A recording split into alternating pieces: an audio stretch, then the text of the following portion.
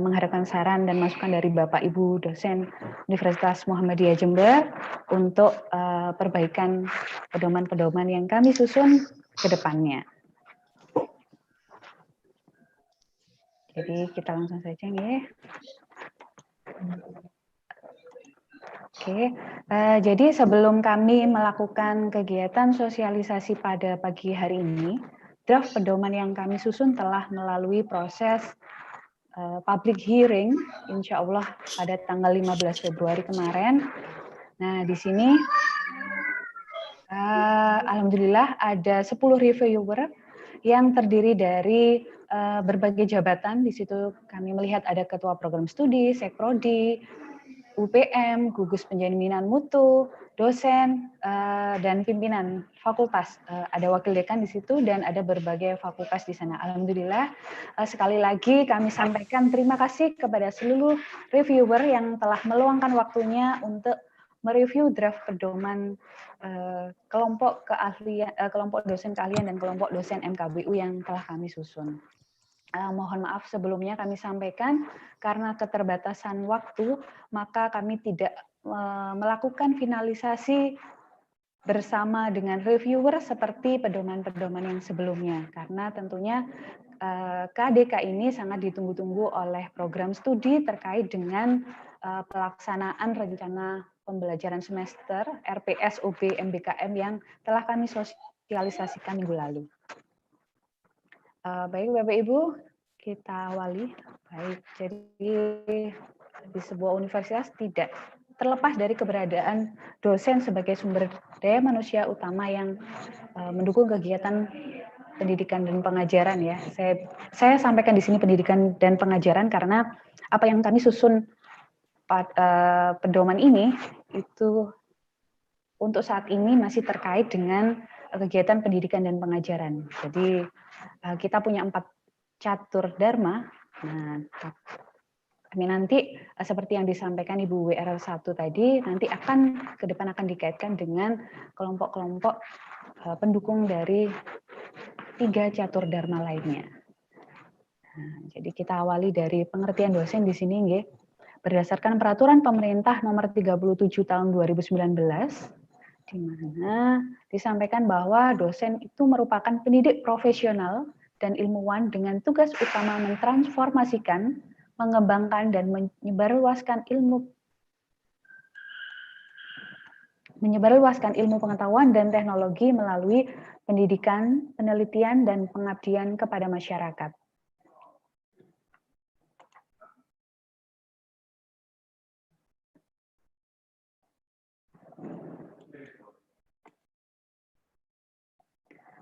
Nah, yang berkaitan dengan kelompok keahlian, sesuai amanat Permendikbud nomor 3 tahun 2020, di sana disampaikan bahwa dosen wajib memiliki keahlian suatu bidang sesuai dengan disiplin ilmu pada program studi.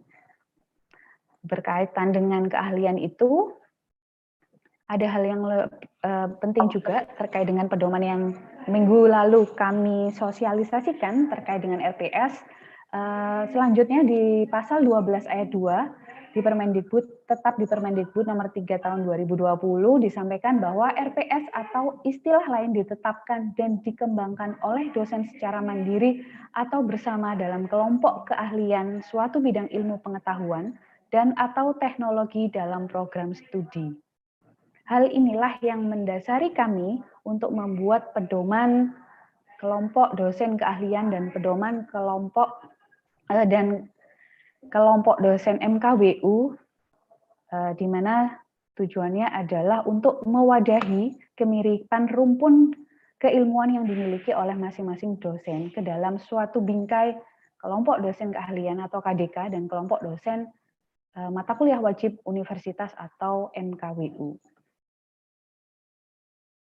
Baik, kita mulai dari pembentukannya. Jadi di sini kami sampaikan ada ketentuan umum. Nah, ada 3 ketentuan umum untuk dalam proses pembentukan kelompok dosen keahlian. Yang pertama, memiliki akar atau landasan keilmuan yang jelas.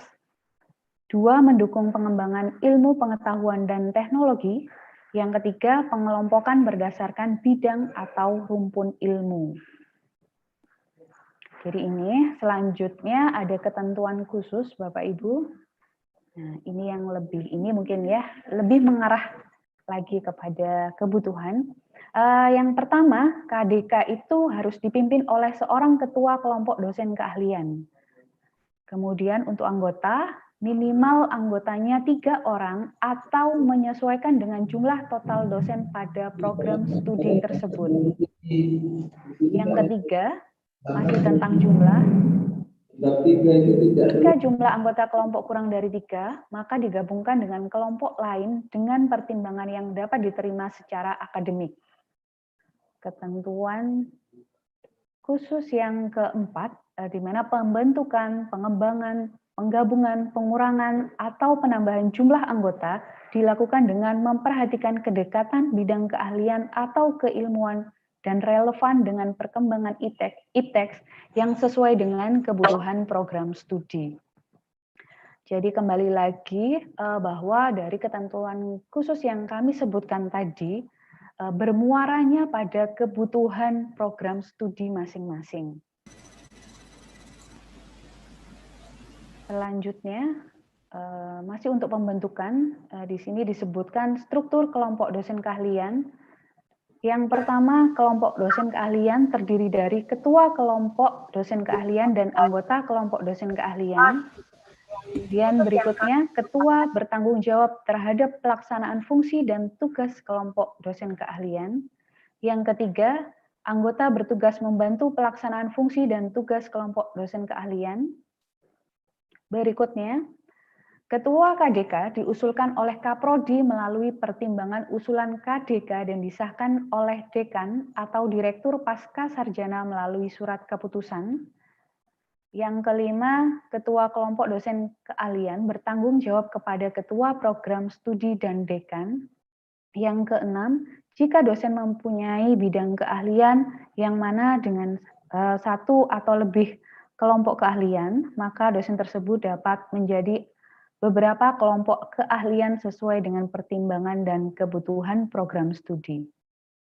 Jadi kalau kita lihat di struktur kelompok dosen keahlian ini, maka nantinya yang melakukan, yang menerima usulan adalah ketua program studi. Jadi nanti ada proses di belakang, akan saya sampaikan bagaimana alurnya. Saya lanjutkan, ini tentang ketentuan ketua dan anggota kelompok dosen keahlian. Baik, yang pertama untuk ketua, jadi beliau merupakan dosen tetap UM Jember. Kemudian yang kedua, berpendidikan minimal S2 dan memiliki jabatan fungsional minimal asisten ahli. Kemudian yang berikutnya, jika butir pertama dan butir kedua tidak terpenuhi, maka dipenuhi dengan justifikasi yang relevan dengan pertimbangan dan kebutuhan program studi. Kemudian yang keempat, tidak sedang dalam tugas belajar. Yang kelima, memiliki performa dan kualifikasi yang baik di bidangnya dengan pertimbangan dan kebutuhan program studi. Berikutnya, masa jabatan selama 1 tahun dan dievaluasi setiap tahun. Kemudian yang terakhir adalah maksimal menjabat selama 2 periode berturut-turut. Jadi 2 ketentuan untuk anggota terakhir kami sampaikan pada pedoman ini agar selalu ada regulasi, ada pergantian. Jadi pergantian ketua KDK. Jadi ada piala bergilir untuk ketua KDK, tidak bertumpu hanya pada 1 orang saja. Jadi begitu. Kemudian untuk anggota, yang pertama merupakan dosen tetap UM Jember. Yang kedua, dosen tidak tetap UM Jember. Ini ada alasannya, yaitu jika jumlah dan atau keahlian dosen terbatas, maka anggota kelompok dosen keahlian dapat diambil dari dosen tidak tetap yang mengampu mata kuliah dalam bidang keahlian yang sama atau serumpun. Jadi kalau anggota itu bisa diambilkan dari dosen tidak tetap UM Jember. Untuk saat ini mungkin dosen tidak tetap itu statusnya adalah untuk dosen luar biasa. Jadi itu selanjutnya untuk pembentukan kelompok dosen mata kuliah wajib universitas atau MKWU, saya sampaikan ketentuan umumnya. Yang pertama, memiliki akar atau landasan keilmuan yang jelas terkait University Value UM Jember. Kemudian yang kedua, mendukung perkembangan ilmu, pengetahuan, dan teknologi. Selanjutnya ada ketentuan khususnya. Jadi yang pertama, KD-MKWU ini dipimpin oleh seorang ketua kelompok dosen mata kuliah wajib universitas atau MKWU. Yang kedua, jumlah minimal anggota kelompok 3 orang atau disesuaikan dengan jumlah total dosen MKWU di tingkat universitas. Kemudian yang ketiga, jika jumlah anggota kelompok kurang dari 3, maka dapat digabungkan dengan kelompok lain dengan pertimbangan yang dapat diterima secara akademik. Yang keempat, pembentukan, pengembangan, penggabungan, pengurangan, atau penambahan jumlah anggota dilakukan dengan memperhatikan kedekatan bidang keahlian atau keilmuan yang relevan dengan perkembangan IPTEX. Jadi ini tadi ketentuan khususnya. Kemudian kita lanjutkan ke struktur kelompok dosen MKWU.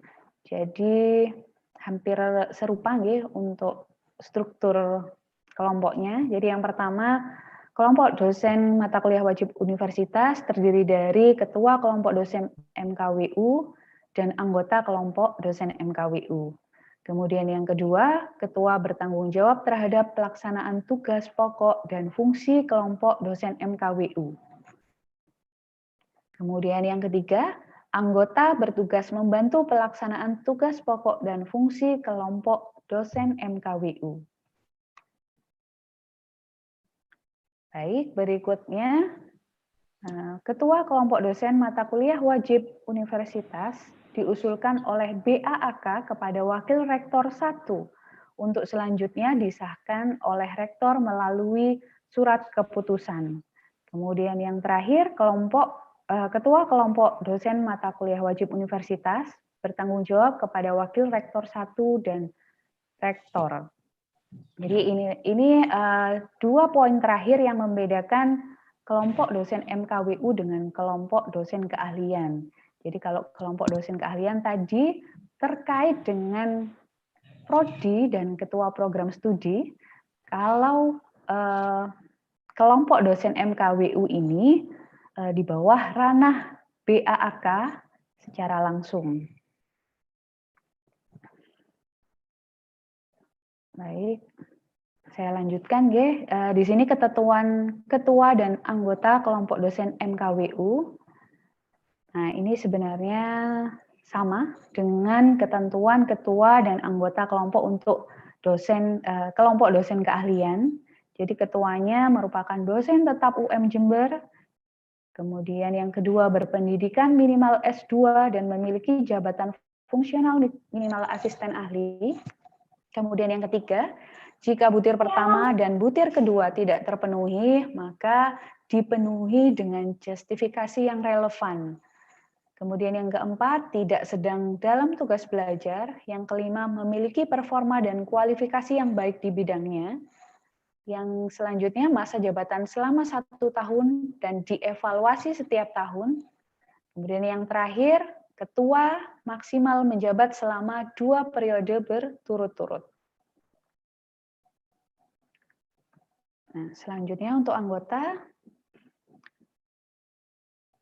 Jadi ketentuan untuk anggota kelompok dosen MKWU yang pertama merupakan dosen tetap UM Jember, yang kedua dosen tidak tetap UM Jember, merujuk pada kebutuhan. Di sini ada penjelasannya, jika jumlah dan atau keahlian dosen MKWU terbatas, maka anggota kelompok dosen MKWU dapat diambil dari dosen tidak tetap yang mengampu mata kuliah dalam bidang keahlian yang sama atau serumpun. Jadi secara garis besar ketentuan ketua dan anggota kelompok dosen kelompok keahlian dan kelompok dosen MKWU ini sama. Selanjutnya saya lanjutkan dengan proses penetapan. Di sini ada tahapan dari proses penetapan kelompok dosen keahlian. Jadi kalau seperti yang saya sampaikan tadi, kelompok dosen keahlian ini berada di ranahnya program studi. Jadi nanti ketua program studi yang memiliki peran penting dalam penetapan kelompok dosen keahlian. Jadi yang pertama, jadi ketua program studi ini melakukan pengelompokan bidang keahlian atau keilmuan setelah melakukan identifikasi bidang keahlian atau keilmuan dari dosen yang ada pada program studi tersebut. Jadi di sini bidang keahlian dan keilmuan dapat didasarkan pada latar belakang pendidikannya, kemudian publikasi ilmiahnya, atau mata kuliah yang diampu oleh dosen tersebut. Dan nanti apabila dosen memiliki kompetensi dan bidang keahlian atau keilmuan lebih dari satu, maka dosen itu dapat menjadi yang pertama, dosen tersebut dapat memilih untuk masuk ke kelompok dosen keahlian yang mana. Dan yang kedua, jika jumlah dosen di program studi tersebut tidak memenuhi, maka satu orang dosen ini dapat menjadi anggota di dua atau di beberapa kelompok dosen keahlian, asalkan tidak menjadi anggota di semua kelompok dosen keahlian. Jadi maksudnya misalnya, saya beri contoh di program studi saya, kebetulan saya dari teknik sipil, jadi insya Allah di sana itu ada 6 kelompok dosen keahlian. Jadi kalau misalnya dosennya dengan keahlian yang serumpun itu kurang, maka satu orang dosen dapat masuk ke dalam kelompok dosen keahlian 2 atau 3, tapi tidak ke 6-6-nya. Jadi sebisa mungkin dihindari untuk satu orang dosen masuk ke seluruh kelompok dosen keahlian yang ada di program studi tersebut. Jadi itu, kemudian setelah melakukan pengelompokan, Kaprodi menetapkan jumlah kelompok bidang keahlian atau keilmuannya. Setelah itu mengembalikan ke kelompok dosen keahlian agar dilakukan musyawarah untuk menetapkan ketua kelompok dosen keahlian. Setelah terpilih ketuanya, maka ketua program studi mengusulkan kelompok dosen keahlian beserta ketua kelompok dosen keahlian untuk disahkan melalui SK Dekan atau Direktur Pascasarjana. Jadi Kaprodi di sini memiliki peran penting dalam penetapan kelompok dosen keahlian. Selain ini, nanti ketua program studi juga melakukan untuk men-set ketua kelompok dosen keahlian di SIA.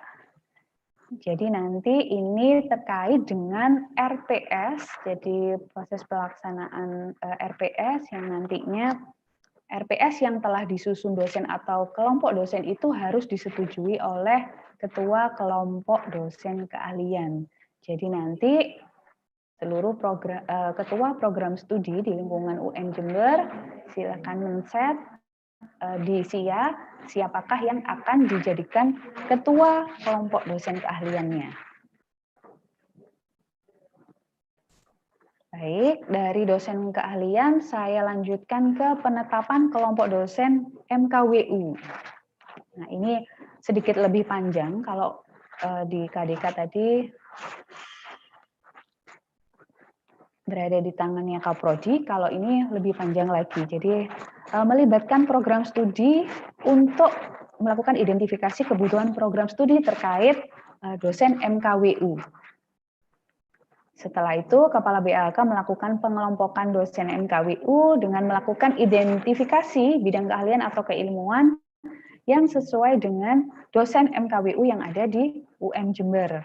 Setelah dilakukan identifikasi dan pengelompokan, maka BAK menetapkan jumlah kelompok dosen MKWU.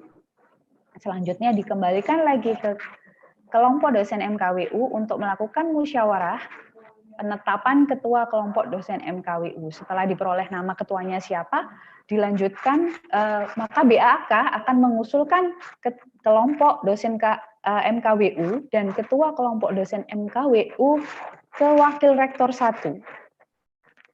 Jadi wakil rektor 1 di sini menerima usulan kelompok dosen MKWU dan ketua kelompok dosen MKWU di lingkungan UM Jember. Kemudian untuk disahkan melalui SK Rektor. Jadi Bapak Ibu sangat penting sekali sebelum KDK dan sebelum ketua kelompok dosen keahlian dan kelompok dosen keahlian serta kelompok dosen MKWU dan ketua kelompok dosen MKWU menjalankan tugas pokok dan fungsinya, sangat penting sekali bahwa SK ini sudah dikeluarkan terlebih dahulu. Jadi KDK dengan SK dari dekan, sedangkan KD MKWU dari SK Rektor. Oke, baik. Kemudian selanjutnya ada di pelaksanaan. Yang pertama pelaksanaan kelompok dosen keahlian. Nah, di sini ada 4, ya. Jadi merencanakan program peningkatan proses pembelajaran sesuai bidang keahlian. Berikutnya melaksanakan program peningkatan proses pembelajaran sesuai dengan bidang keahlian. Kemudian berikutnya yang ketiga, mengembangkan program peningkatan proses pembelajaran sesuai bidang keahlian. Dan yang terakhir, melaporkan program peningkatan proses pembelajaran sesuai bidang keahlian. Jadi tugas pokoknya ada 4. Ada merencanakan, ada melaksanakan, mengembangkan, serta melaporkan program peningkatan proses pembelajaran yang telah dijalankan. Tentunya sesuai dengan bidang keahliannya. Kemudian untuk fungsinya, di sini yang pertama melaksanakan kegiatan pengembangan dan pelaksanaan keilmuan atau keahlian melalui pendidikan PTM UM Jember secara sinergis, terintegrasi, tersistem, dan terencana. Kemudian yang kedua, mengembangkan budaya akademik serta meningkatkan atmosfer suasana akademik dalam rangka meningkatkan kompetensi dosen yang relevan dengan bidang keilmuan dan keahliannya. Kemudian yang ketiga, mengembangkan kompetensi dosen dan mendukung anggotanya untuk mendapatkan pengakuan dari pihak eksternal. Ini terkait rekognisi, nggih. Kemudian yang keempat, mengembangkan kerjasama dengan mitra perguruan tinggi dan DUDI, dunia usaha, dunia industri, yang relevan dengan bidang keilmuan dan keahliannya. Dari tugas pokok dan fungsi, kita lanjutkan ke kinerja kelompok dosen keahlian. Nantinya, kinerja inilah yang harus terukur. Mohon maaf, saya share langsung, nggih, Bapak Ibu.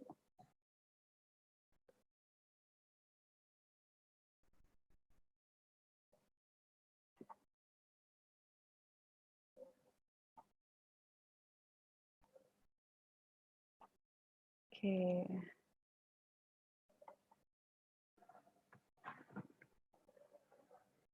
Baik, mohon maaf ada trouble dengan PowerPoint saya.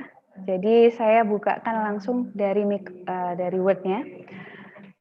Nah, ini berikutnya adalah tentang kinerja kelompok dosen keahlian, Bapak Ibu. Jadi inilah nanti yang harus diukur. Jadi yang pertama merencanakan peningkatan program pendidikan di UM Jember. Kemudian 2, kelompok dosen keahlian menyusun kedalaman dan keluasan materi pembelajaran mengacu pada hal-hal berikut. Jadi kalau kita lihat di sini seolah-olah kinerja kelompok dosen keahlian ini banyak ya. Tapi kalau kita baca lagi bahwa ini sebenarnya adalah tugas dari dosen. Poin kedua ini menunjukkan tugas seorang dosen dalam menyusun RPS, rencana pembelajaran semester. Jadi di sini yang pertama adalah CPL, termasuk di dalamnya ranah pengetahuan dan atau tata nilai sikap, dan ada muatan praktis yang bisa diterapkan. Berikutnya deskripsi capaian pembelajaran lulusan dari KKNI. Kemudian untuk program profesi spesialis magister memanfaatkan hasil penelitian dan hasil pengabdian kepada masyarakat. Kemudian lulusan program Diploma 3 paling sedikit menguasai konsep teoritis bidang pengetahuan dan keterampilan tertentu secara umum. Yang kelima, lulusan program profesi paling sedikit menguasai teori aplikasi bidang pengetahuan dan keterampilan tertentu. Selanjutnya, lulusan program Diploma 4 dan Sarjana paling sedikit menguasai konsep teoritis bidang pengetahuan dan keterampilan tertentu secara umum dan konsep teoritis bagian khusus dalam bidang pengetahuan dan keterampilan tersebut secara mendalam. Selanjutnya, lulusan program magister, magister terapan, dan spesialis paling sedikit menguasai teori dan teori aplikasi bidang pengetahuan tertentu. Kemudian berikutnya bersifat kumulatif dan atau integratif. Nah, yang berikutnya adalah hidden curriculum, berupa internalisasi nilai-nilai atau nilai al-Islam kemuhammadiyahan menyesuaikan dengan karakter materi yang diajarkan.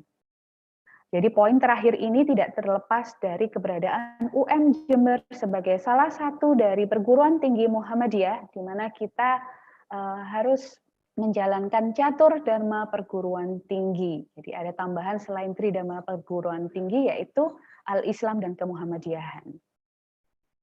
Kemudian kinerja yang berikutnya adalah melaksanakan peningkatan program pendidikan. Nah, ini masih terkait dengan RPS, Bapak Ibu. Jadi menyusun RPS yang rinci, update, dan relevan dengan perkembangan ipteks masa depan. Kemudian berikutnya, RPS ditetapkan dikembangkan oleh dosen secara mandiri dan bersama dalam kelompok dosen keahlian suatu bidang ilmu pengetahuan dan atau teknologi dalam program studi. Nah, berikutnya menyusun dokumen logbook kegiatan BKP MBKM. Nah, ini apabila mata kuliah yang Bapak Ibu ampu atau beberapa mata kuliah yang ada di dalam rumpun keilmuan Bapak Ibu masuk dalam kategori BKP MBKM. Jadi seperti kita tahu, BKP MBKM itu adalah 8 bentuk kegiatan pembelajaran di sana. Kemudian berikutnya melaksanakan kolaborasi partisipasi pembelajaran berbasis pemecahan kasus dan pembelajaran berbasis proyek tim dengan mitra perguruan tinggi atau judi. Kemudian yang berikutnya, tugas lainnya, kinerja lainnya dari kelompok dosen keahlian adalah menyusun buku ajar, diktat, modul atau modul pembelajaran lainnya. Kemudian selanjutnya bentuk pembelajaran bersama yang dapat dilaksanakan oleh kelompok dosen keahlian adalah sebagai berikut. Jadi kegiatan pembelajaran yang dapat dilakukan adalah berupa kuliah, responsi dan tutorial, seminar, praktikum, praktik studio, praktik bengkel dan lainnya, penelitian. Nah, ini ada pelatihan militer, kemudian ada pertukaran pelajar, magang, asistensi mengajar di satuan pendidikan, wirausaha, atau bentuk lain pengabdian kepada masyarakat. Jadi di situ ada BKP-MBKM, yaitu membangun desa atau KKN tematik, ada studi, ada proyek independen, kemudian proyek kemanusiaan yang dikhususkan untuk program studi sarjana, profesi, dan magister. Terkait hal tersebut di atas, maka kelompok dosen keahlian secara berkala dalam mata kuliahnya untuk yang pertama mengidentifikasi bentuk pembelajaran setiap mata kuliah dengan capaian pembelajaran yang dibebankan. Kemudian yang berikutnya merancang proses pembelajaran melalui kegiatan kurikuler wajib menggunakan pembelajaran yang efektif dalam rangka pemenuhan CPL. Kemudian yang ketiga, merancang metode pembelajaran pada mata kuliah meliputi diskusi kelompok, simulasi, studi kasus, dan seterusnya. Kemudian merancang proses pembelajaran yang diarahkan agar mahasiswa dapat memahami perkembangan pengetahuan serta proaktif mencari informasi langsung ke sumbernya. Jadi masih tentang RPS, jadi di sini dilanjutkan. Rancang proses pembelajaran dalam bentuk interaksi antara dosen, mahasiswa, dan sumber belajar dalam lingkungan belajar tertentu, baik secara online ataupun offline. Di sini dalam bentuk audiovisual yang terdokumentasi. Selanjutnya ini menyusun isi materi pembelajaran sesuai dengan RPS yang memiliki kedalaman dan keluasan relevan untuk mencapai capaian pembelajaran lulusan atau CPL. Kemudian ketujuh, menyusun modul atau petunjuk praktikum minimal 10 kali pertemuan secara rinci dan sistematis. Tentunya jika mata kuliah yang Bapak Ibu ampu atau yang masuk ke dalam kelompok dosen keahliannya terkait dengan kegiatan praktikum. Kemudian yang kedelapan, meninjau dan menyesuaikan isi RPS, isi materi, modul atau petunjuk praktikum dengan perkembangan ilmu, pengetahuan, dan teknologi. Kemudian yang 9, mengacu standar penelitian pada pembelajaran yang terkait dengan penelitian oleh mahasiswa. Yang terakhir, mengacu standar pengabdian kepada masyarakat pada pembelajaran yang terkait dengan kegiatan pengabdian kepada masyarakat yang dilakukan oleh mahasiswa. Nah, ini biasanya kalau kita ingat lagi ya, jadi kegiatan penelitian dan pengabdian yang dilakukan oleh dosen sudah harus melibatkan mahasiswa sebagai anggotanya. Jadi tujuannya ini. Kemudian yang keempat, mengembangkan peningkatan program pendidikan di UM Jember. Jadi di sini kelompok keahlian bersama ketua program studi mengadakan workshop perumusan materi pembelajaran suatu bidang ilmu pengetahuan dan atau teknologi dalam program studi setiap tahun sekali. Kemudian yang kedua, kelompok dosen keahlian mendorong dosen untuk melakukan update ilmu pengetahuan dan atau teknologi sesuai dengan bidangnya. Kemudian yang ketiga, kelompok dosen keahlian meningkatkan komunikasi dan koordinasi keahlian dalam menyusun dan meninjau materi setiap pembelajaran. Hal ini penting seperti apa yang disampaikan oleh Bapak Rektor tadi dalam sambutannya ya, bahwa secara tidak disadari, seluruh mata kuliah yang ada dalam program studi kita itu sebenarnya dan seharusnya memang saling terkait satu dengan yang lainnya. Maka di sini tugasnya kelompok dosen keahlian ini untuk meningkatkan komunikasi dan koordinasi dalam bidang keahliannya agar tidak terjadi overlapping di sana. Jadi misalnya kelompok keahlian A dengan kelompok keahlian B harus berkomunikasi dan berkoordinasi. Jadi rumpun ilmu atau keahlian mana yang harus digarap oleh salah satu kelompok dosen keahliannya. Kemudian yang berikutnya adalah kegiatan yang harus dilakukan adalah melaporkan. Jadi melaporkan peningkatan program pendidikan di UM Jember. Jadi yang pertama, kelompok dosen keahlian melaporkan persentase dosen yang bekerja sama untuk mengembangkan mata kuliah dalam bidangnya. Jadi dari berapa anggota kelompok dosen keahlian itu berapa persenkah yang dapat bekerja sama untuk mengembangkan mata kuliah dalam bidang keahlian tersebut. Kemudian yang berikutnya, kelompok dosen keahlian melaporkan persentase dosen yang terlibat dalam menyusun kedalaman dan keluasan materi pembelajaran mengacu pada hidden curriculum berupa internalisasi nilai-nilai atau nilai al-Islam kemuhammadiyyahan menyesuaikan dengan karakter materi yang diajarkan. Kemudian kelompok dosen keahlian melaporkan persentase mata kuliah keahlian. Selanjutnya, kelompok keahlian melaporkan persentase kepemilikan peta struktur mata kuliah atau pembelajaran tiap tahun akademik. Kemudian yang terakhir, kelompok dosen keahlian melaporkan persentase ketercapaian CPL yang dibebankan pada mata kuliah atau kelompok mata kuliah. Jadi keberadaan kelompok dosen keahlian dan kelompok dosen MKB itu sangat terkait dengan RPS, ya, Bapak Ibu. Kemudian saya lanjutkan ke kinerja kelompok dosen MKWU.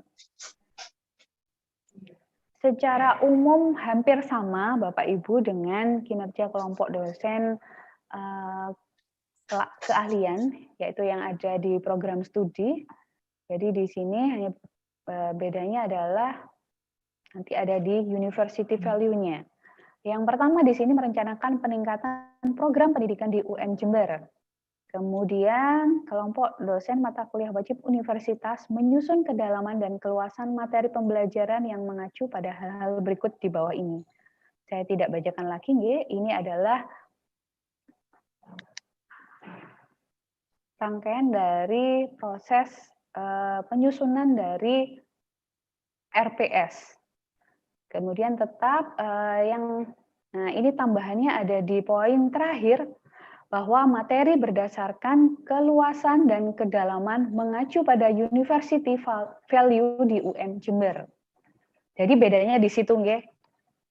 Kalau KDK tadi, keluasan materi dan kedalamannya mengacu pada pencapaian CPL yang sudah ditetapkan oleh Prodi, tapi kalau kelompok dosen MKWU ini materinya berdasarkan keluasan dan kedalaman yang mengacu pada university value di UM Jember. Kemudian untuk poin berikutnya juga masih sama, jadi melaksanakan peningkatan program pendidikan di UM Jember. Di sini meliputi penyusunan RPS, dan selanjutnya ini kemudian menyusun buku ajar juga, diktat, modul atau model pembelajaran lainnya, kemudian menentukan bentuk pembelajaran bersama-sama. Nah, sama nggih, ini adalah bentuk-bentuk pembelajarannya. Jadi ini adalah bentuk umum yang biasa kita lakukan sebelum adanya BKP MBKM. Kemudian yang bawah, mulai pertukaran pelajar, magang, asistensi mengajar, dan poin ke-11 itu adalah kegiatan pembelajaran dari BKP MBKM. Kemudian tugas berikutnya, kinerja berikutnya adalah kelompok dosen MKWU secara berkala dalam mata kuliahnya untuk yang pertama, mengidentifikasi bentuk pembelajaran setiap mata kuliah sesuai dengan CP yang dibebankan, kemudian merancang proses pembelajaran melalui kegiatan kurikuler wajib menggunakan metode pembelajaran yang efektif dalam rangka pemenuhan CPL. Kemudian di sini merancang metode pembelajaran jadi sama ya, meliputi diskusi kelompok, simulasi, dan lain-lainnya. Kemudian yang keempat, merancang proses pembelajaran yang diarahkan agar mahasiswa dapat memahami perkembangan pengetahuan serta proaktif mencari informasi langsung ke sumbernya. Kemudian merancang proses pembelajaran dalam bentuk interaksi, baik itu offline dan online. Kemudian menyusun isi materi pembelajaran sesuai RPS. Kemudian menyusun modul atau petunjuk praktikum. Yang ke-8, meninjau dan menyesuaikan isi RPS, isi materi, modul atau petunjuk praktikum dengan perkembangan ilmu pengetahuan dan teknologi. Kemudian yang ke-9, mengacu standar penelitian, sama nggih, mengacu standar penelitian, dan yang ke-10 adalah mengacu standar pengabdian pada pembelajaran yang terkait dengan penelitian mahasiswa dan yang terkait dengan pengabdian oleh mahasiswa. Nah, kemudian di sisi pengembangan peningkatan program pendidikan di UM Jember, maka KDK mengadakan workshop perumusan materi pembelajaran suatu bidang ilmu pengetahuan dan atau teknologi setiap setahun sekali. Yang selanjutnya, kelompok dosen mata kuliah wajib universitas mendorong dosen untuk melakukan update ilmu pengetahuan dan atau teknologi sesuai dengan bidang keahliannya. Kemudian yang ketiga, kelompok dosen MKWU meningkatkan komunikasi dan koordinasi keahlian dalam menyusun dan meninjau materi pembelajaran semester. Sama dengan KDK, jadi tugas kelompok kinerja kelompok dosen MKWU juga melakukan komunikasi dan koordinasi keahlian dalam rumpun MKWU, mata kuliah wajib universitas. Kemudian sama yang terakhir juga harus melakukan pelaporan dari peningkatan program pendidikan di UM Jember. Jadi yang pertama melaporkan persentase yang bekerja sama untuk mengembangkan mata kuliah. Yang kedua, melaporkan persentase yang terlibat dalam menyusun kedalaman dan keluasan materi pembelajaran yang mengacu pada hidden kurikulum, berupa internalisasi nilai-nilai atau nilai al-Islam dan kemuhammadiyahan. Kemudian yang berikutnya, persentase kelompok MKWU dan mata kuliahnya. Yang keempat, melaporkan persentase kepemilikan peta struktur mata kuliah atau pembelajaran setiap tahun akademik. Kemudian yang terakhir, melaporkan persentase ketercapaian CPL yang dibebankan pada mata kuliah atau kelompok dosen mata kuliah wajib universitas. Baik, Bapak Ibu, saya lanjutkan ke slide lagi, nggih.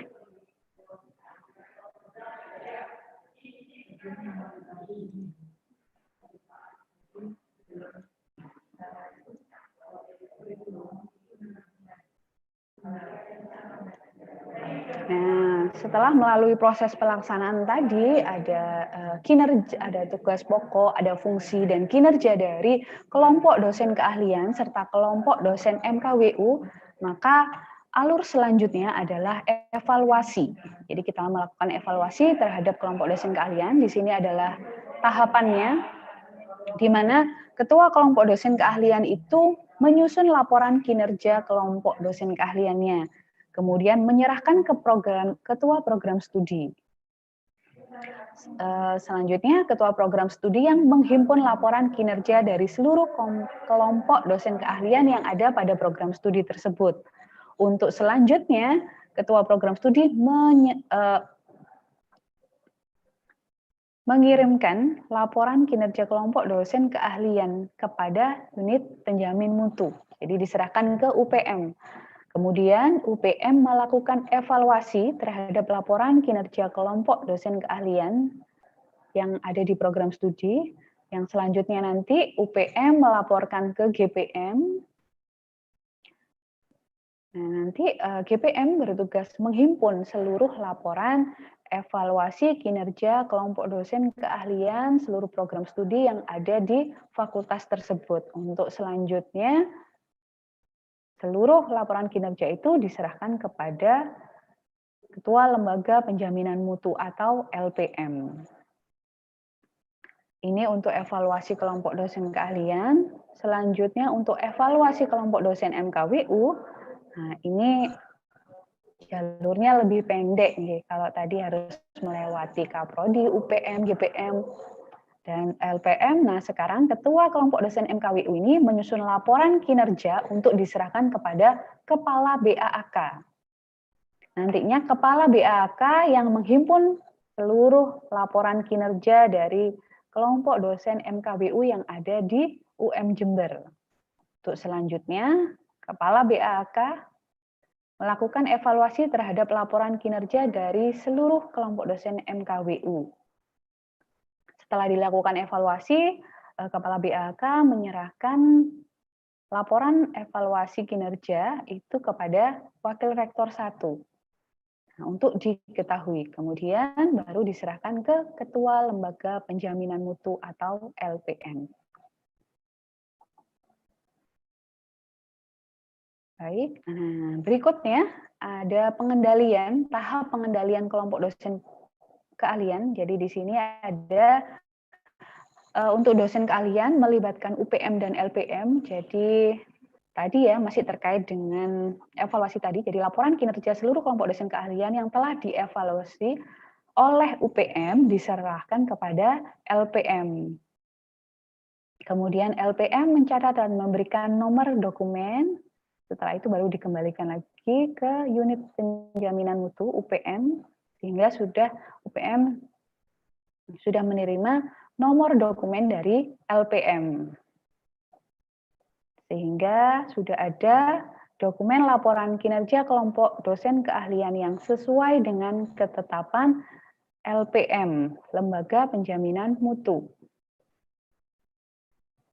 Kemudian untuk kelompok dosen MKWU, alur pengendaliannya seperti ini, ada dari Kepala BAAK ke LPM.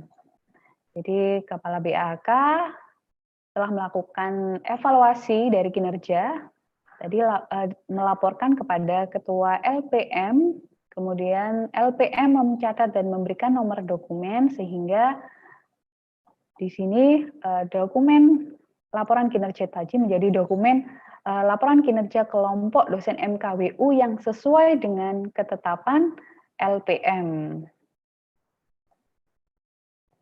Baik, Bapak Ibu, saya lanjutkan. Di sini tahap berikutnya setelah tahapan pengendalian adalah peningkatan. Jadi peningkatan kelompok dosen keahlian di sini melibatkan ketua program studi dan unit penjaminan mutu serta kelompok dosen keahlian itu sendiri. Jadi melalui rapat tinjauan manajemen, ketua program studi dan unit penjaminan mutu lakukan tindak lanjut evaluasi kinerja kelompok dosen keahlian dari laporan yang disusun tentunya, ya. Kemudian menyampaikan ke KDK untuk dilakukan implementasi tindak lanjut evaluasi kinerja kelompok dosen keahlian. Di mana nanti ketua kelompok dosen keahlian itu akan menyusun perbaikan-perbaikan kinerja sesuai hasil evaluasi yang diberikan oleh UPM dan ketua program studi tentunya. Berikutnya untuk peningkatan kelompok dosen MKWU. Nah, di sini melibatkan BAAK dan Lembaga Penjaminan Mutu atau LPM. Jadi nanti melalui rapat tinjauan manajemen disampaikan tindak lanjut evaluasi kinerja kelompok dosen mata kuliah wajib universitas. Untuk selanjutnya kelompok dosen MKWU mengimplementasi tindak lanjut dari evaluasi kinerja kelompok dosen MKWU yang telah dilakukan oleh BAAK dan LPM melalui penyusunan perbaikan kinerja sesuai hasil evaluasinya. Baik, Bapak Ibu. Nah, di sini ada laporan format kinerja. Jadi yang saya tampilkan tadi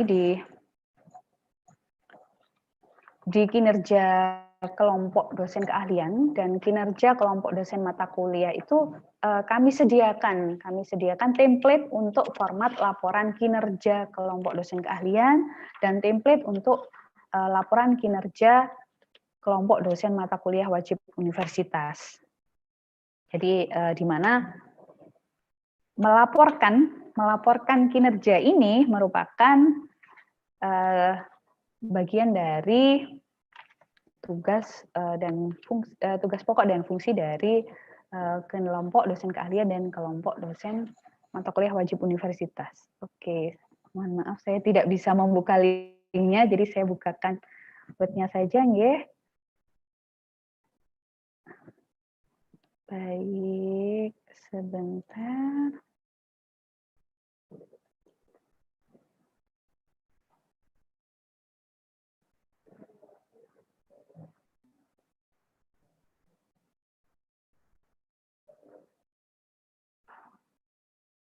Nah, ini Bapak Ibu sudah dapat melihat ya. Nah, ini format laporan kinerja kelompok dosen keahlian. Ada logo program studi, kemudian di sini judulnya laporan kinerja kelompok dosen keahlian. Di sini ada rumpun keilmuannya. Jadi mungkin dalam di program studi Bapak Ibu sekalian nanti ditentukan ada beberapa rumpun keilmuan. Jadi ada beberapa kelompok dosen keahlian di sana. Kemudian penyusunnya siapa, program studi apa, fakultas. Di sini ada bulan dan tahun. Selanjutnya, di sini ada lembar pengesahan. Jadi untuk laporan kinerja KDK itu yang membuat adalah yang menandatangani adalah ketua KKDK, kemudian diperiksa oleh ketua program studi dan disetujui oleh dekan. Selanjutnya ini daftar revisi jika memang laporan kinerja itu dalam penyusunannya dilakukan revisi. Selanjutnya ada daftar isi. Dilanjutkan dengan bab 1 pendahuluan. Nah, jadi babnya sebenarnya sudah bisa dilihat di sini ya. Ada pendahuluan, kemudian pengukuran kinerjanya, bab 3-nya temuan dan tindak lanjut, bab 4 kesimpulan, selanjutnya adalah daftar pustaka. Jadi setelah pendahuluan tadi yang berisikan pemaparan kegiatan yang dilakukan oleh dosen dalam kelompok dosen keahlian serta program studi. Kemudian untuk pengukuran kinerjanya kita berikan tabel di sana, ada tabel aktivitas. Jadi ada aktivitasnya yang dilakukan oleh kelompok dosen keahlian, di sini aktivitas rincinya, di sini ada checklist, pelaksanaannya ya atau tidak, kemudian disertai dengan bukti pendukung. Nah, misalnya di sini yang pertama aktivitas yang pertama merencanakan peningkatan program pendidikan di UM Jember, menyusun kedalaman dan aktivitas rincinya adalah menyusun kedalaman dan keluasan materi pembelajaran mengacu pada hal-hal berikut. Yang pertama CPL, deskripsi CPL, kemudian bersifat kumulatif dan atau integratif, kemudian terkait hidden kurikulum, kemudian yang kelima mengacu pada academic excellence dan university value di UM Jember. Nah, ini bagaimana pelaksanaannya, kemudian bukti pendukungnya berupa apa. Jadi nanti begitu melakukan evaluasi pengukuran kinerja ini, kelompok dosen keahlian harus memberikan bukti pendukung, jadi bukti fisik pendukungnya. Misalnya seperti aktivitas nomor 2 ini, RPS. Nah, jadi KDK juga harus menunjukkan bukti fisik RPS-nya, atau kalau RPS sudah ada di SIA, sudah Bapak Ibu cantumkan di SIA, jadi dokumen RPS yang telah disahkan itu dapat dilihat melalui SIA, atau bisa diberi keterangan. Misalnya di sini berupa laporan. Oke, di sini laporan bisa. Yang di sini berupa RPS yang dapat diunduh melalui sia.unmujember.ac.id, mungkin seperti itu.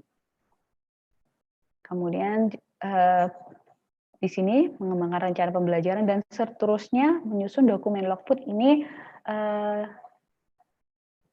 harus ada dokumen yang diterima oleh kelompok keahlian tadi. Jadi untuk melakukan kinerja itu, melakukan pengukuran kinerja, jadi harus ada dokumen atau bukti fisik yang mendukung.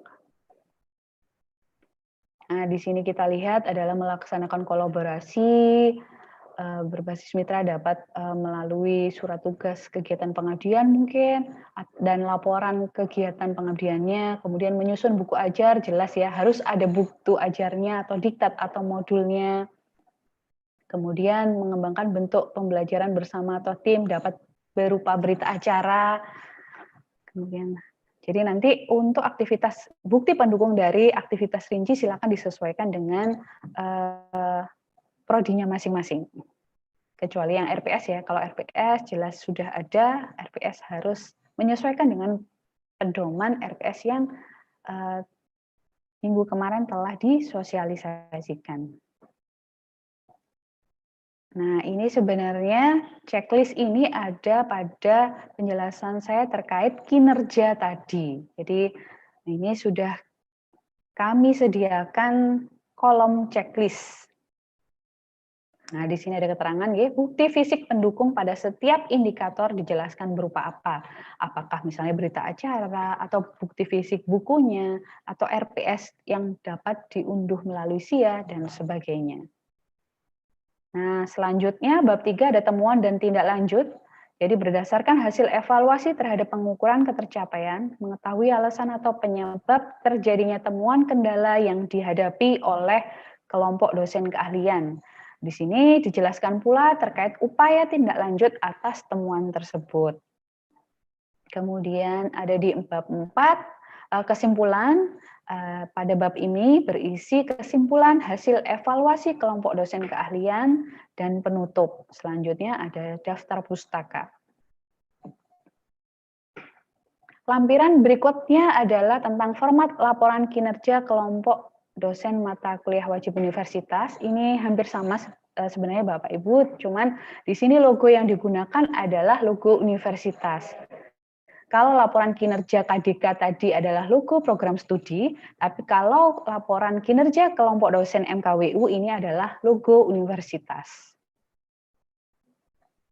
Untuk susunannya sama, nggih. Nah, ini ada logo universitas, kemudian langsung Universitas Muhammadiyah Jember. Ini untuk lembar pengesahannya. Jadi yang membuat adalah ketua KMKWU, kelompok dosen MKWU. Kemudian yang memeriksa adalah wakil rektor 1, kemudian disetujui oleh rektor.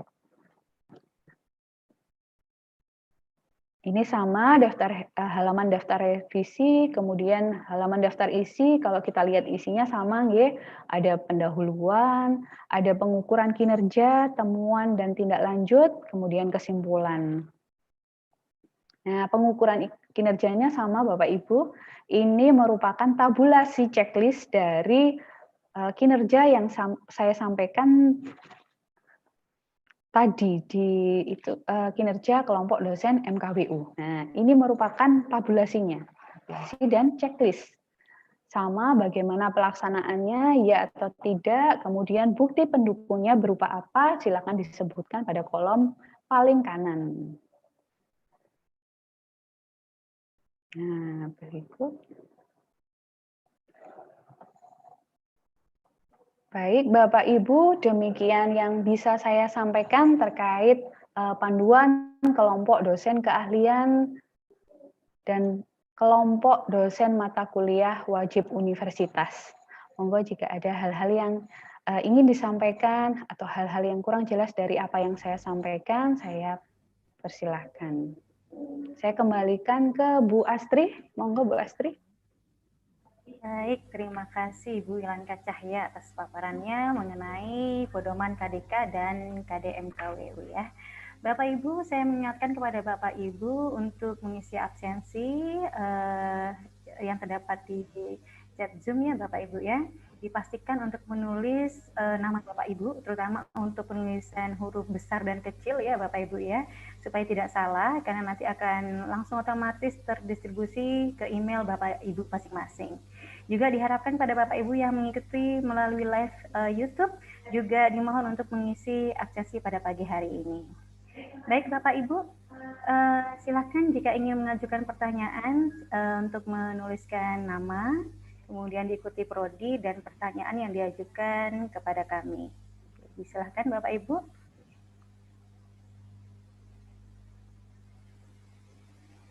Ibu Ilanka. Baik, Bu Astri. Oke, ini ada pertanyaan yang masuk ya Ibu dari monggo. Ibu Amalina ya. Oke, dari Magister Informatika ya. Oke. Ini sepertinya terkait dengan ketentuan mengenai ketua dan anggota KDK tadi. Oke, gimana? Bagaimana dengan dosen yang statusnya izin belajar, Ibu? Baik, terima kasih Bu Amalina atas pertanyaannya. Baik, memang disampaikan di ini tadi nggih bahwa salah satu persyaratannya adalah ketentuan ketua dan anggota itu tidak sedang dalam tugas belajar. Artinya begini Bu, pengertian tugas belajar dan izin belajar itu kan hanya terkait dengan apa nggih? Dengan proses administrasi nggih. Mohon maaf jika saya keliru, mungkin nanti bisa ditambahkan oleh Bu Nikmah. Jadi terkait regulasi administrasi. Jadi namun secara ruhnya kedua kondisi tersebut baik sedang izin belajar ataupun sedang tugas belajar, artinya sama-sama melakukan sedang menempuh pendidikan lanjut, misalnya program doktor. Jadi misalnya begini Bu, kalau menurut saya ini jadi kalau memang kondisi kembali lagi mengingat kondisi di program studi masing-masing ya. Jadi kalau memang dosen yang sedang tugas sedang izin belajar itu memang diperlukan di prodi itu, kalau menurut saya kembali lagi ke kebijakan masing-masing prodi. Atau saya mungkin diingatkan Bu Nikmah, izin belajar itu terkait administrasi, selain itu kalau tidak salah ya saya itu terkait jarak juga. Artinya kalau dosen yang sedang melakukan izin belajar itu masih berada di kota, misalnya kota Jember, ya, artinya untuk melakukan kegiatan, membantu kegiatan proses belajar mengajar itu masih bisa, dan prodi masih sangat membutuhkan, kalau menurut saya tidak masalah, Ibu. Baik, ada tambahan dari Ibu? Mungkin ada tambahan, Bu Nikmah? Nggih, Iya betul yang disampaikan Bu Lina tadi. Memang untuk persyaratan ini yang sedang tugas belajar tidak diharapkan tidak dilibatkan untuk menjadi ketua. Kalau tidak salah tadi yang persyaratan sebagai ketua kelompok dosen keahlian. Itu. Sedangkan yang izin belajar dikembalikan kepada program studinya masing-masing. Karena biasanya ada komunikasi dengan teman-teman yang sedang izin belajar ini, apakah masih mungkin dilibatkan untuk mendapatkan tugas tambahan. Karena kalau kita lihat pada peraturan yang terbaru, izin belajar maupun tugas belajar diberikan beberapa batasan termasuk dalam hal jumlah SKS untuk mengajar. Jadi sebetulnya yang mutlak tidak diizinkan ini adalah yang tugas belajar. Jadi sudah betul disampaikan Bu Ilangka. Namun jika yang izin belajar pun ternyata dibutuhkan dan yang bersangkutan itu menerima, mungkin bisa dipertimbangkan. Cuma biasanya teman-teman yang sedang studi lanjut ini diusahakan fokus pada studinya biasanya. Sehingga bisa menyelesaikan sesegera mungkin studinya, baru kemudian mendapatkan tugas tambahan. Demikian Ibu, tambahan dari saya. Baik, terima kasih Ibu. Nah, ini juga mungkin melihat kondisi dari setiap prodi masing-masing ya, untuk kebutuhan dari setiap dosennya di program studi masing-masing ya Bapak Ibu ya. Baik Bapak Ibu, saya yakin akan banyak pertanyaan ya Bapak Ibu, karena di setiap kondisi di program studi yang di ujung pasti akan situasi yang berbeda gitu ya. Silakan ditanyakan Bapak Ibu, terutama mengenai kelompok dosen kalian ya. Ya betul. Nah, dari perayaan itu bagaimana? Silakan Bapak Ibu.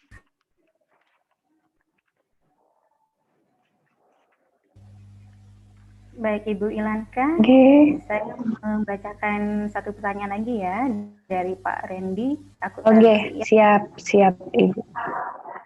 Ketua KDK tidak boleh ikut menyusun RPS di rumpun ilmunya.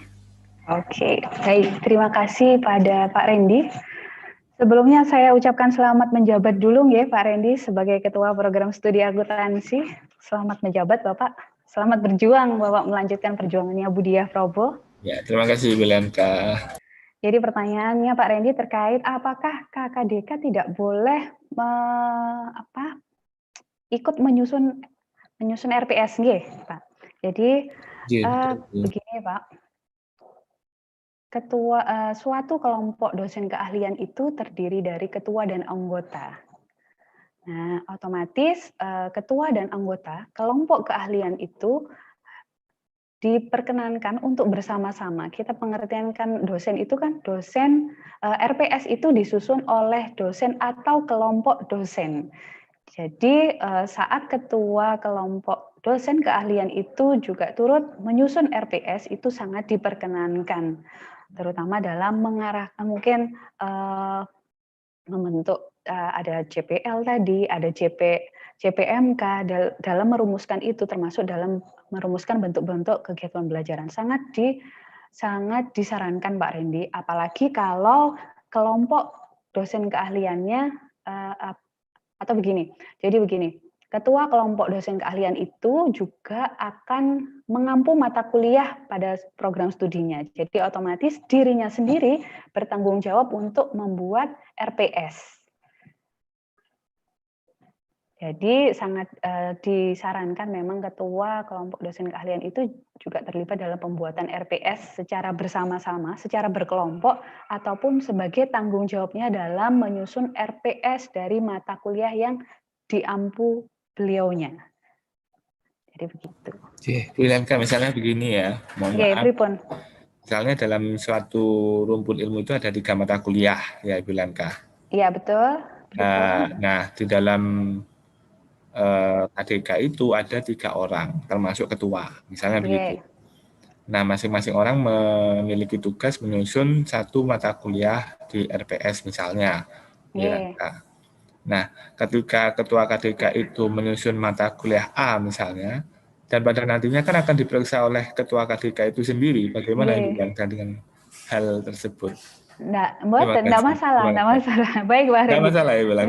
Enggak masalah. Jadi nanti termasuk dalam lembar pengesahannya yang membuat namanya adalah dosennya, misalnya Pak Randy juga selaku KDK, jadi yang mengesahkannya pun yang melakukan validasi di tingkat ketua kelompok dosen keahlian juga namanya Pak Randy. Jadi itu tidak menjadi masalah, Pak. Ketua program studinya juga saya. Nah iya, berarti nanti lembar pengesahannya semuanya Pak Randy namanya. Begitu. Enggak apa-apa ya gitu, Bilanka.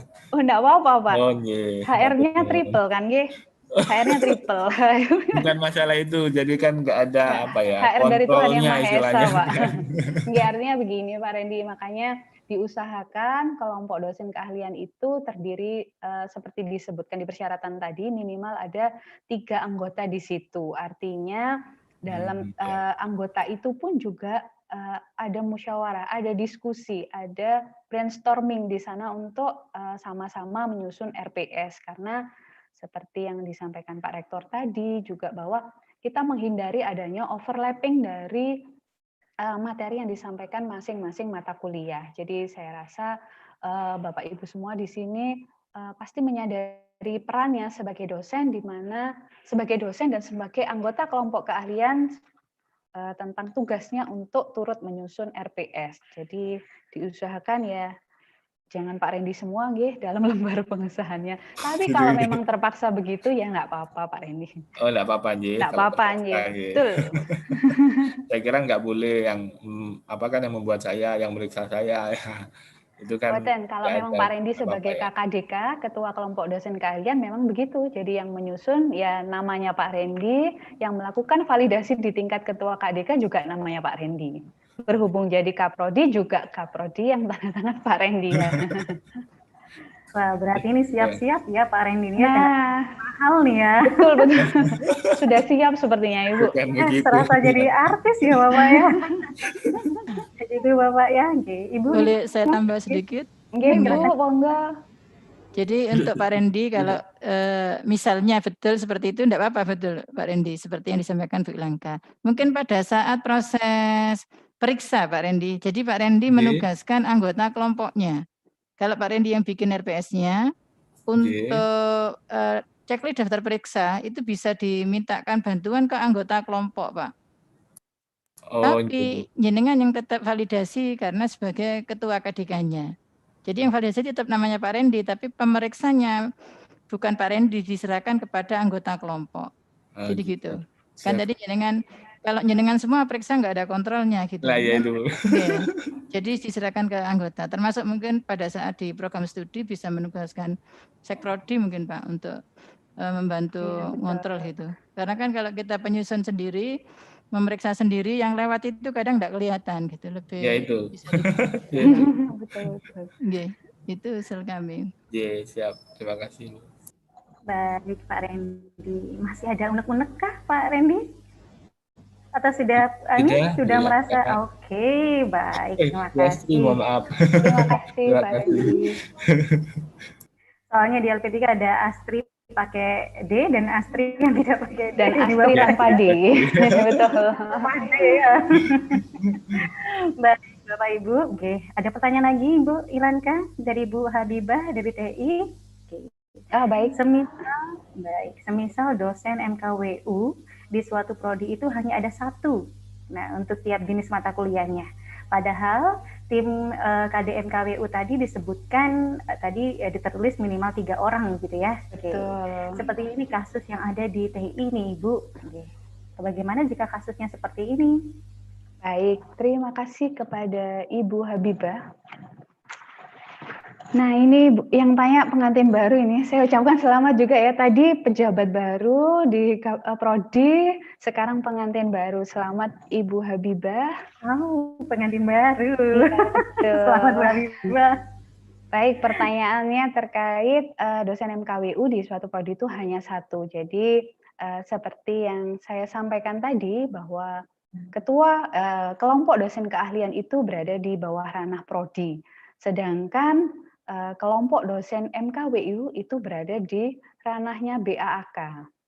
Mungkin Pak Wiwi nanti bisa membantu saya menjelaskan, ya Pak Wiwi?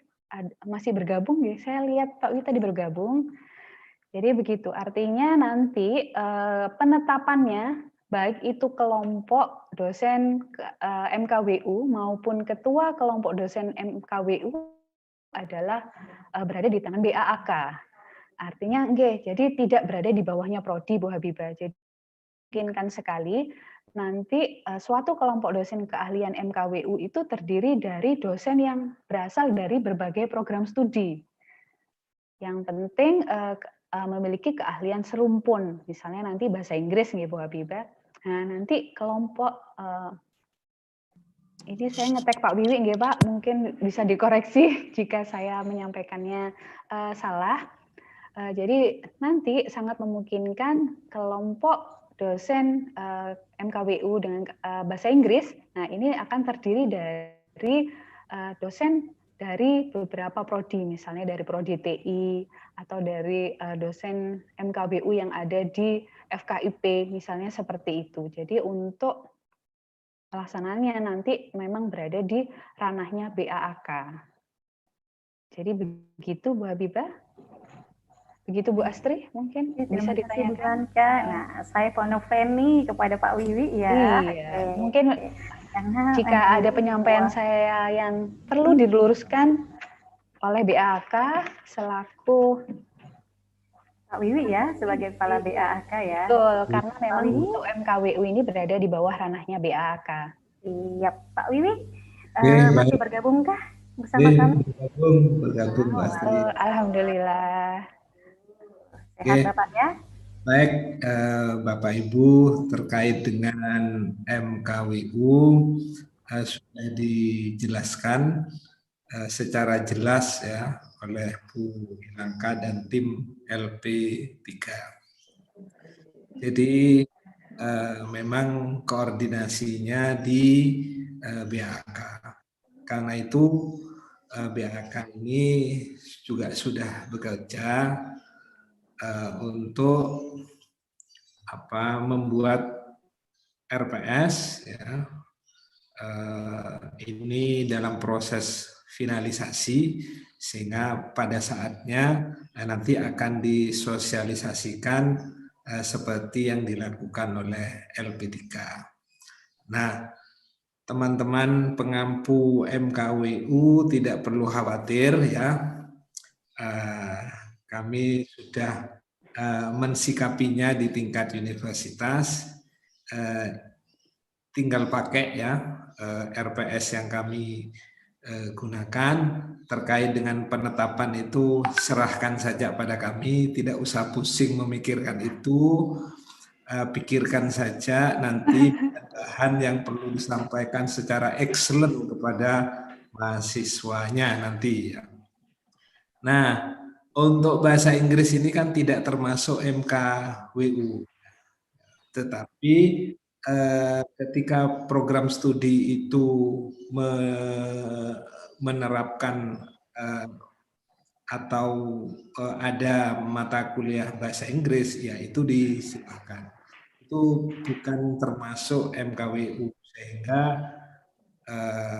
di luar ranah kami. Itu sama dengan mata kuliah biasa di program studi Bapak Ibu sekalian. Oke, intinya pengampuan MKWU santai saja ya, dalam waktu dekat kami juga akan mengikuti jejak LP3 ya, yang gesit, tangkas dan apa namanya? Halo Pak. Dan apa Bapak bingung? Terima kasih. Baik. Wah, terima kasih sekali Bapak BAAK ya, penuh semangat ya itu. Jadi Bapak Ibu tidak perlu khawatir mengenai itu ya Bapak Ibu ya. Yang jelas tetap semangat Bapak, jaga kesehatan ya Pak. Baik Ibu. Iya Bapak, ini ngomong-ngomong masih soal MKWU nih Bapak. Dari Bu Habibah ini untuk menguatkan nih Bapak. Beliau bertanya, berarti kami yang berbeda ini bisa di satu naungan MKWU fakultas alias gabung dengan prodi-prodi yang serumpun di fakultas. Begitukah Bapak? Untuk MKWU itu kan memang sudah diatur mata kuliahnya apa saja. Sedangkan bahasa Inggris ini kan bukan termasuk MKWU yang dikelola oleh BHK. Nah, sehingga nanti statusnya sama dengan mata kuliah di tingkat prodi. Nah, persoalan nanti bagaimana proses penggabungannya itu kami serahkan ke pihak LP3 itu yang punya gawe lah ya. Tapi kalau saya yang menjawab takut salah dan takut apa Bu masuk ke kamar orang begitu Bu ya. Oke, Bawi pancen oke pokoknya ya. Terima kasih. Bu Nikma, ada tambahan Ibu? Silakan Ibu. Cukup sementara yang sudah disampaikan Pak Wiwi tadi. Baik, cukup ya. Oke. Silakan Bapak Ibu jika masih ada pertanyaan lagi. Ya, waktu kami masih tersisa 10 menit ya Bapak Ibu ya. Oke, terutama untuk prodi-prodi yang memang masih sulit untuk menentukan keahlian gitu ya, dosen keahlian dan sebagainya, boleh untuk sharing di forum ini Bapak Ibu. Oke. Seperti tadi yang sudah dijelaskan di awal oleh Ibu Nikma sebagai Ketua LP3, bahwa latar belakang untuk pembentukan pedoman KDK dan KDMKWU ini sebenarnya basicnya dari yang kemarin sudah kita lakukan ya Bapak Ibu ya, tentang RPS yang sudah memang kita sosialisasikan bersama, yang memang di mana penyusunan RPS ini kita berusaha untuk adaptif paradigma dengan OBMBKM yang merupakan bagian dari aktivitas untuk mengembangkan kurikulum. Jadi standar pendidikan dan pengajaran UM Jember ini telah menyebutkan bahwa RPS itu dapat dikembangkan dan ditetapkan dosen secara mandiri atau bersama dalam kelompok keahlian suatu bidang ilmu pengetahuan dan teknologi dalam program studi. Jadi ya Bapak ya.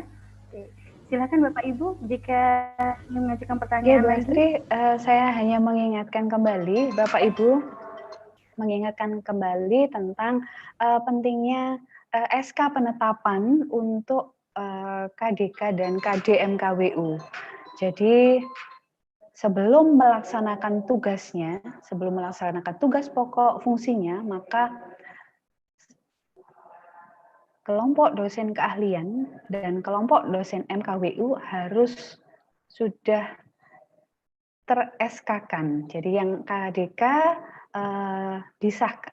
SK-nya dekan, sedangkan kelompok dosen MKWU di-SK-kan oleh rektor. Jadi penting sekali ya Bapak Ibu untuk segera melakukan penetapan, kemudian dilanjutkan dengan pengesahan melalui SK terkait dengan KDK dan kelompok dosen MKWU. Jadi itu saya menghimbau.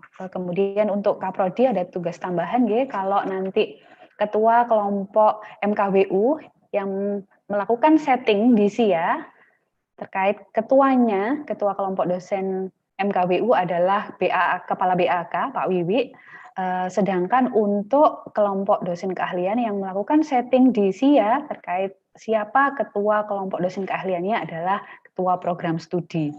Jadi monggo Bapak Ibu segera menindaklanjuti dari kegiatan sosialisasi pada pagi hari ini, karena saya yakin banyak dosen-dosen yang telah menunggu karena telah dilakukan plotting, kemudian penjadwalan, otomatis dosen-dosen saat ini tengah mempersiapkan RPS untuk semester genap 2021. Begitu Bu Astri. Baik, terima kasih. Nah, ini berarti perlu tenaga ekstra ini ya Bapak Ibu ya. Karena kita akan mulai masuk semester genap dengan segala persiapan yang sangat luar biasa ya. Super sekali. Saya yakin dosen-dosen UM Jember pasti bisa semua ya, pasti semangat semua ya Bapak Ibu ya. Silakan Bapak Ibu, masih kami tunggu, dan juga saya masih mengingatkan kepada Bapak Ibu yang masih belum mengisi link presensi, silakan untuk mengisinya.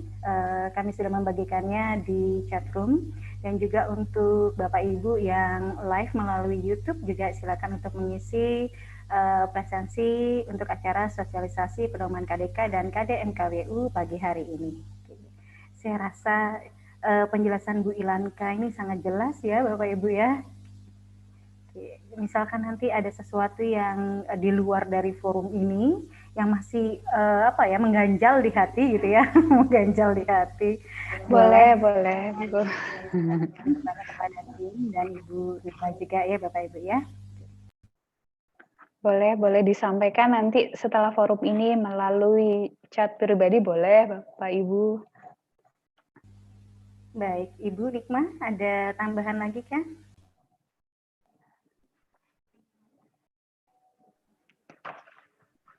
Oh iya, saya jadi ingat pertanyaan dari salah satu prodi kemarin, karena ada prodi di salah satunya sudah memiliki kelompok keahlian tetapi menggunakan istilah departemen.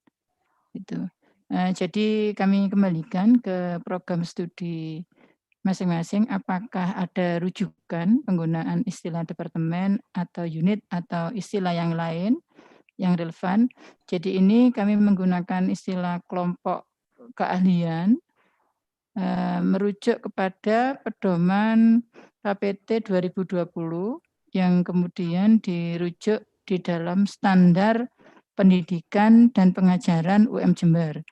Jadi kami menggunakan istilah dari sana sehingga jika ada program studi yang menggunakan istilah lain yang relevan, bisa saja asal ada rujukan yang jelas mungkin dari asosiasi institusi di prodinya masing-masing.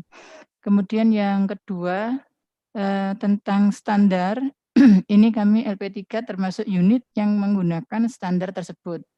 Sehingga tidak, kalau ada teman-teman yang minta, ini berarti di unit di atas kami yang akan meng-share atau membagikan standar-standar yang ada di UM Jember. Nah, sementara kami yang di unit LP3 ini adalah pengguna juga statusnya. Nah, hari ini kegiatan kita yang berkaitan dengan KDK, ini sandarannya adalah standar pendidikan dan pengajaran UM Jember. Itu kayaknya Bu yang perlu saya tambahkan. Baik, terima kasih Ibu Nikma. Oke, semangat ya Bapak Ibu semua ya. Oke, Ibu, sepertinya ini pertanyaan terakhir Bu, harus saya bacakan ya Ibu ya, Bu Ilanka ya. Dari Pak Guru. Oke, untuk materi Bu Ilanka bolehkah di-share? Wah, jawabannya tentu boleh ya Bu ya. Boleh Bapak, boleh. Nanti insya Allah secara otomatis kalau untuk PDF dari PowerPoint-nya insya Allah akan secara otomatis terdistribusi melalui email Bapak Ibu sekalian jika Bapak Ibu telah mengisi presensi. Begitu Bu Astri. Ya. Untuk pedomannya nanti mungkin akan kita share nanti melalui Google Drive ya begitu ya. Setelah acara ini. Baik. Bapak Ibu, masih adakah pertanyaan lagi? Jika tidak ada, akan kami akhiri untuk sosialisasi pedoman KDK dan KDM KWU hari ini. Baik, terima kasih atas pertanyaannya dan semangat yang sangat luar biasa dari dosen-dosen Universitas Muhammadiyah Jember, Bapak Ibu ya. Dimohon untuk tetap menjaga kesehatan sehingga nanti di semester genap kita siap dengan segala aktivitas dan segala perangkat yang memang kita telah rencanakan ya Bapak Ibu ya. Baik, Ibu Ilanka, saya akhiri untuk acara sosialisasi pedoman KDK dan KDM KWU ini ya, Ibu. Bu Astri, monggo. Terima kasih. Terima kasih atas paparannya. Semoga ini menjadi ladang amal untuk kita bersama, sekaligus nanti akan memperkuat kinerja dari dosen-dosen dari UM Jember. Terima kasih, Ibu. Sama Ibu, terima kasih kembali. Saya masih mengingatkan Bapak Ibu, silakan yang masih belum mengisi link absensi, silakan untuk mengisi link absensi yang ada di chat Zoom ya Bapak Ibu ya. Dan juga teman-teman yang live di YouTube juga silakan untuk mengisi link presensi tersebut. Baik Bapak Ibu, saya rasa kita sudah banyak hal ya yang sudah kita cerna untuk pagi hari ini ya. Nah saatnya inilah yang ditunggu-tunggu Bapak Ibu, yaitu Kahoot Post-Test gitu ya. Oke, Bapak Ibu silakan nanti join lagi. Mohon maaf Bapak Ibu, apakah suara saya terdengar? Terdengar ya? Baik. Bapak Ibu silakan. Oke, silakan masuk ke www.kahoot.it untuk memasukkan PIN Bapak Ibu di nomor PIN 9322590.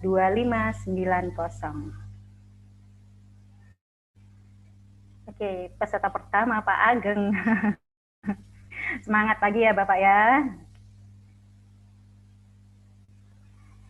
Baik, karena mohon maaf karena terbatas. Oke, hanya ada 100 peserta. Diharapkan semua 100 peserta bisa join ya di www.kahoot.it. Tadi yang ada di podium Pak Kukuh nih ya. Nah, kalau untuk yang post-test ini, apakah masih bertahan Pak Kukuh ataukah nanti akan ada juara terbaru nih? Oke, kita lihat nanti ya. Wah, suatu kehormatan sekali Donald Trump ikut www.kahoot.it ya. Oke, Bapak Huda, oke. Bu Fitriana, oke. Pak Arif Nur, oke. Selamat pagi Pak Arif Nur. Silakan Bapak Ibu, silakan memasukkan, silakan join di www.kahoot.it dan memasukkan PIN game 9322590.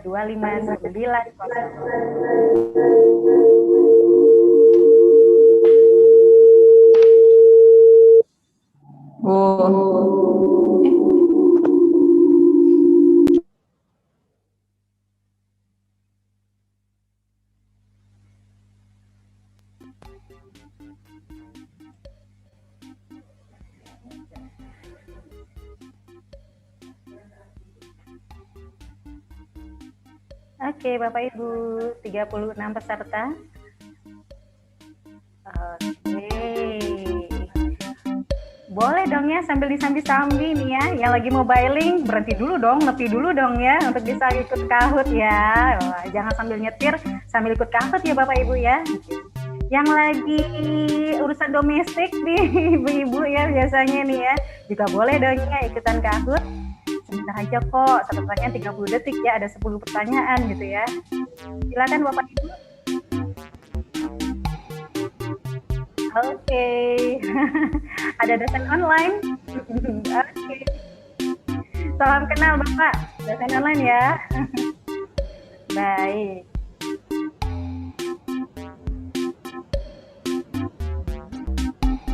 Masih 42 peserta. Silakan Bapak Ibu, saya yakin tadi penjelasan dari Ibu Ketua Bu Ilanka Cahya sudah sangat jelas ya, sehingga saya yakin nantinya di post-test ini akan banyak jawaban yang benar ya Bapak Ibu ya.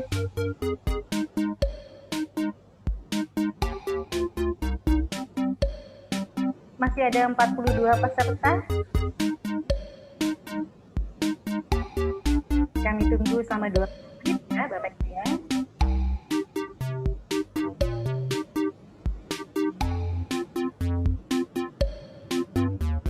Pak Wiwi tidak ikut kan? Refreshing Pak Wiwi. Silakan join di www.kahoot.it Pak Wiwi.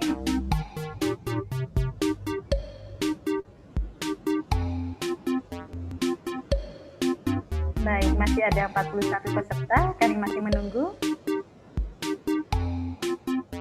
Yang tadi belum sempat join, silakan join ya sekarang. Silakan masukkan nomor PIN 9322590.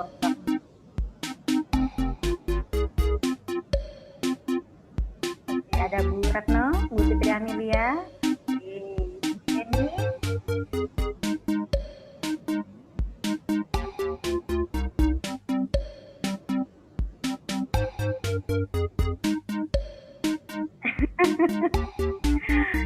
Catherine Park, oke, di mana ini ya? Pak Catherine Park.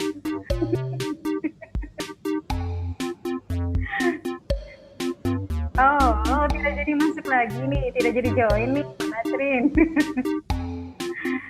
Oke, ada Pak Danu, Pak Baktiar. Oke, silahkan yang lain yang belum masuk. Masih kami tunggu 1 menit lagi. Siapa tahu Anda beruntung hari ini mendapatkan voucher dari Koperasi UMM Jember dan sertifikat penghargaan. Selamat datang kembali Pak Catherine Park ya.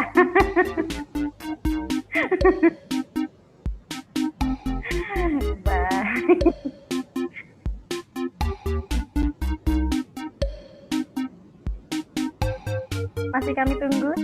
masih ada 43 peserta.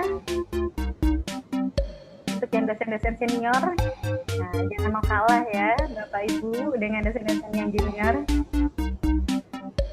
Silakan ikut bergabung di www.kahoot.it. Pastikan sinyalnya oke ya Bapak Ibu ya, karena sepertinya resepnya ini sinyal dan juga kecepatan tangan ya. Oke.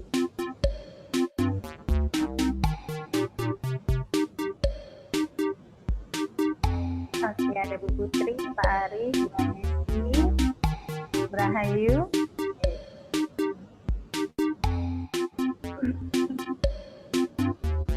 44 peserta.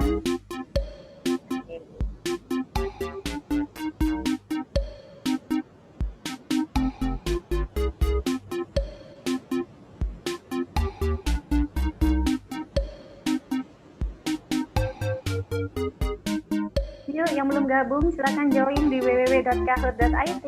Silahkan masukkan game PIN-nya 9322590 ya. Nanti akan ada hadiah voucher belanja koperasi UM Jember dan juga sertifikat penghargaan.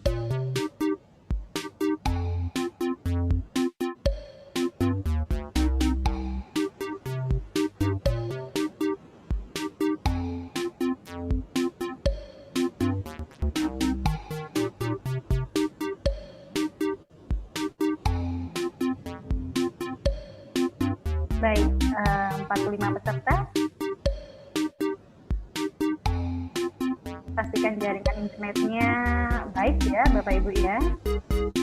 Karena walaupun sudah cepat tangan gitu ya, tetapi kalau sinyalnya tidak baik,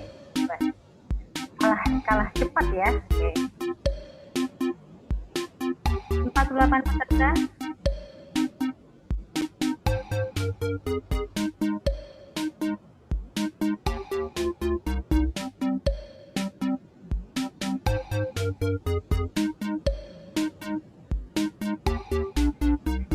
Pak Katrin, sinyalnya sepertinya nggak bagus ya.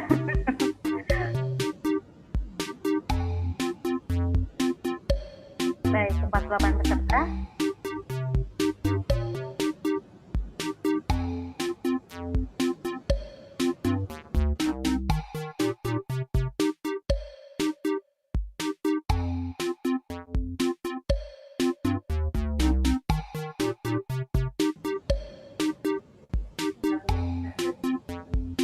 Baik, masih ditunggu Bapak Ibu. 47 peserta. Silahkan. Ada 100 peserta loh ya di dalam Zoom ini ya. Ayo segera ikuti. Join di www.kahoot.it. Silahkan masukkan gamenya. Game PIN 9322590.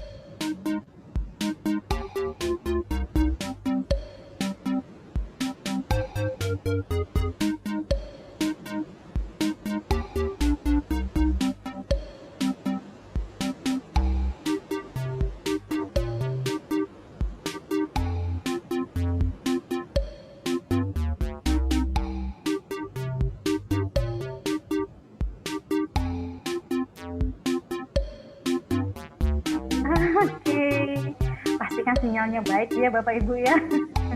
Karena banyak yang ini tiba-tiba lockout sendiri ya. Deh. Baik, bersiap ya Bapak Ibu ya, akan dapat mulai untuk kuis Kahoot pagi hari ini.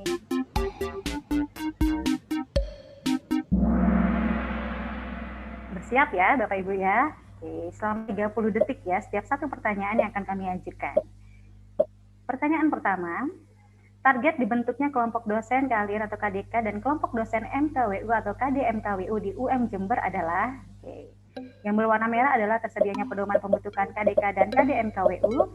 Yang kedua, yang berwarna kuning, terselenggaranya pengelolaan KDK dan KDMKWU yang efektif dan efisien.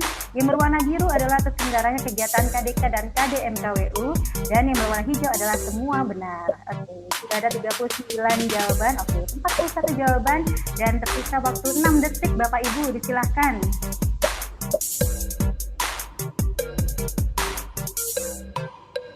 Baik, oke. pertanyaan pertama sudah banyak yang betul menjawab ya. Oke, Bu Pawestri lagi. Oke, siap Bu Pawestri, Bu Feti dan Bu Kayis dan Bu Indah dan Mas Dimas ya. Oke, saya panggil Mas atau Bapak ya, Pak Dimas ya. Oke, saya lanjutkan untuk pertanyaan kedua. Oke, jangan khawatir ya, masih ada 8 pertanyaan.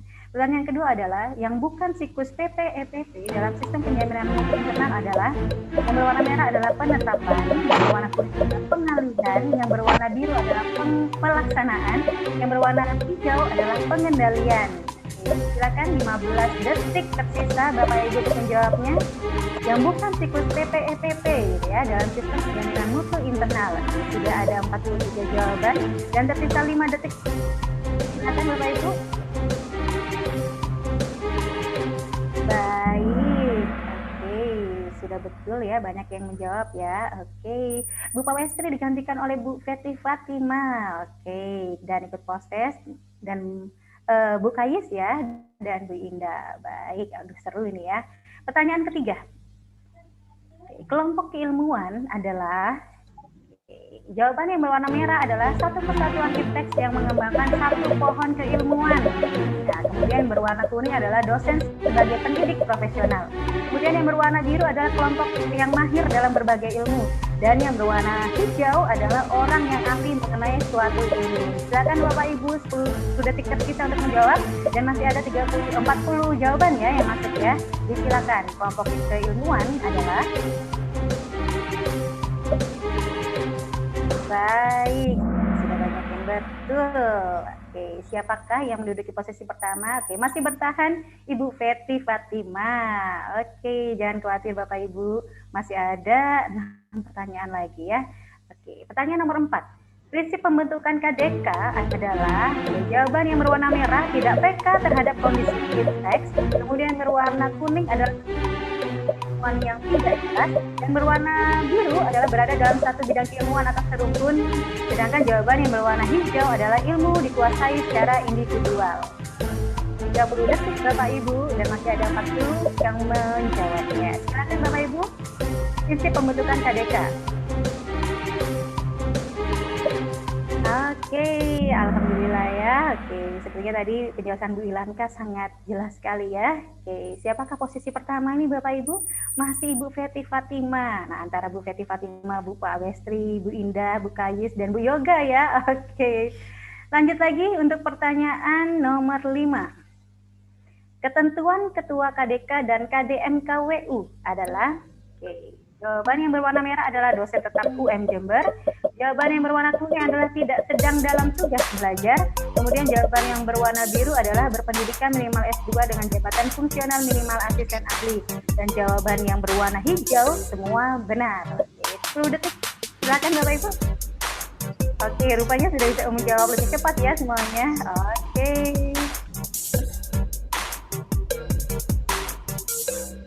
Baik, semua betul ya. Siapakah yang ada di posisi pertama? Ibu Feti Fatimah ya. Oke. Selanjutnya, pertanyaan ke-6.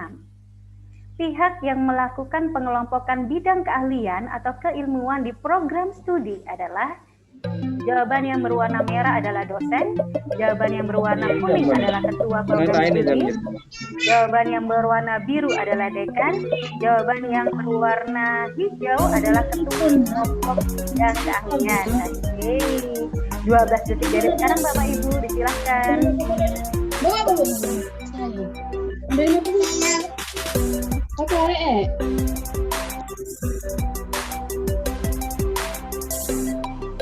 Baik, betul ya, ketua program studi ya Bapak Ibu ya. Baik, siapakah yang ada di posisi awal? Oke, masih bertahan Ibu Feti Fatimah. Oke, Ibu Feti Fatimah, Bu Pawestri, Bu Indah, Bu Yoga Dwi, dan Bapak Dimas. Oke, pertanyaan selanjutnya.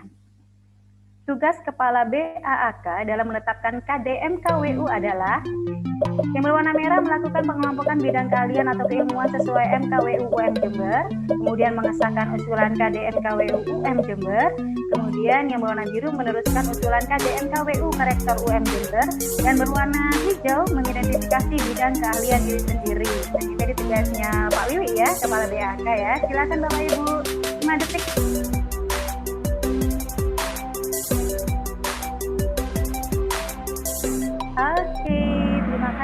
sudah banyak jawaban yang betul. Oke, sekarang siapakah? Oke, masih bertahan Ibu Feti Fatimah ya, dan Ibu Indah sudah mulai naik di posisi kedua. Oke, tambah seru nih ya. Oke, kita lanjutkan ke pertanyaan nomor 8. Bentuk pembelajaran bersama yang dapat dilaksanakan oleh kelompok dosen kalian adalah magang, wirausaha, seminar, atau semua benar? Bentuk pembelajaran bersama yang dapat dilaksanakan oleh kelompok dosen kalian.